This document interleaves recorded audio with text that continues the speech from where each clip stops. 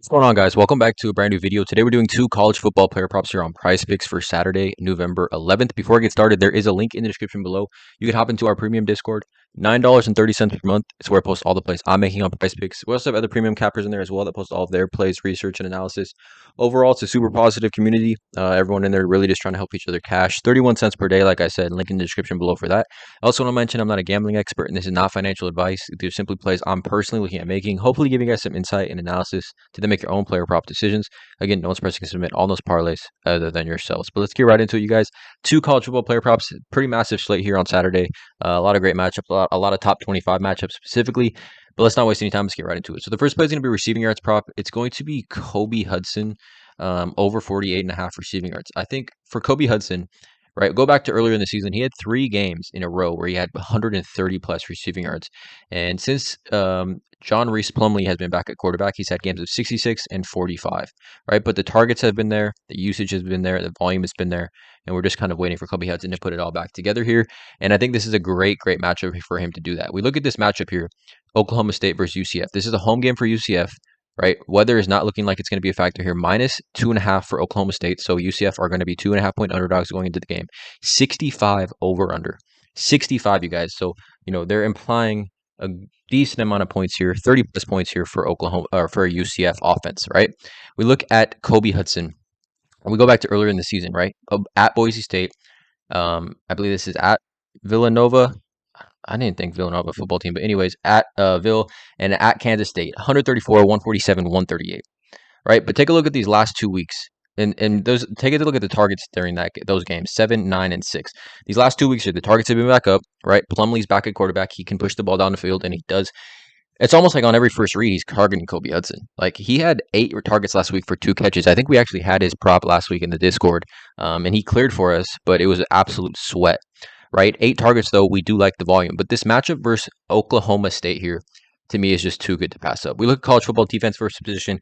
Oklahoma State giving up the most receiving yards in the Big 12, the absolute most receiving yards in the Big 12. Even if we look at all of college football, I mean, Oklahoma State is still up there as far as, I mean, we're going to talk about across the entire country receiving yards to the wide receiver position.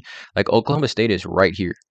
Right here, 1,700 yards to the wide receiver position, Oklahoma State has given up. And it's a great spot for explosive plays. They give up, like, I think, what is it, like 4.5 explosive plays per game of 20-plus yards, which is absolutely where Kobe Hudson eats. We look at other wide receivers. Look at these games for some other wide receivers with Oklahoma State, right? Drake Stoops, 12 catches for 134. Farouk had 7 catches for 98. Nick Anderson, 3 catches for 92.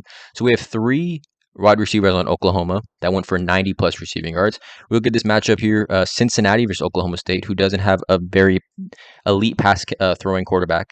Xavier Henderson, 4 catches for 82 yards. We look at this matchup here, Oklahoma State versus West Virginia, which you could say, again, Garrett Green, not an elite pass throwing quarterback. Anthony Wilson, where's the receiving? Preston Fox, 4 catches for 81 yards. E.J. Horton, 3 catches for 79 yards. Devin Carter, 3 catches for 54 yards. So 3 players on West Virginia cleared this line of what we have for Kobe Hudson at 48.5.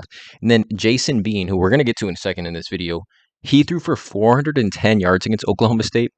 We had 5 different pass catchers clear this line of 48.5 against Oklahoma State. We get it at 48.5 for UCF's, in my opinion, their most talented. I mean, Kobe Hudson's an NFL caliber wide receiver, right? Super athletic, like 6'2", 6'3.5", something like that. 48.5, under 50, you guys. Too low for me here. I think the volume will be there. I like Kobe Hudson over 48.5 receiving yards as the first play. The second play here is going to be fantasy score prop. Let's go to fantasy score. It's going to be quarterback. We do like to target fantasy score.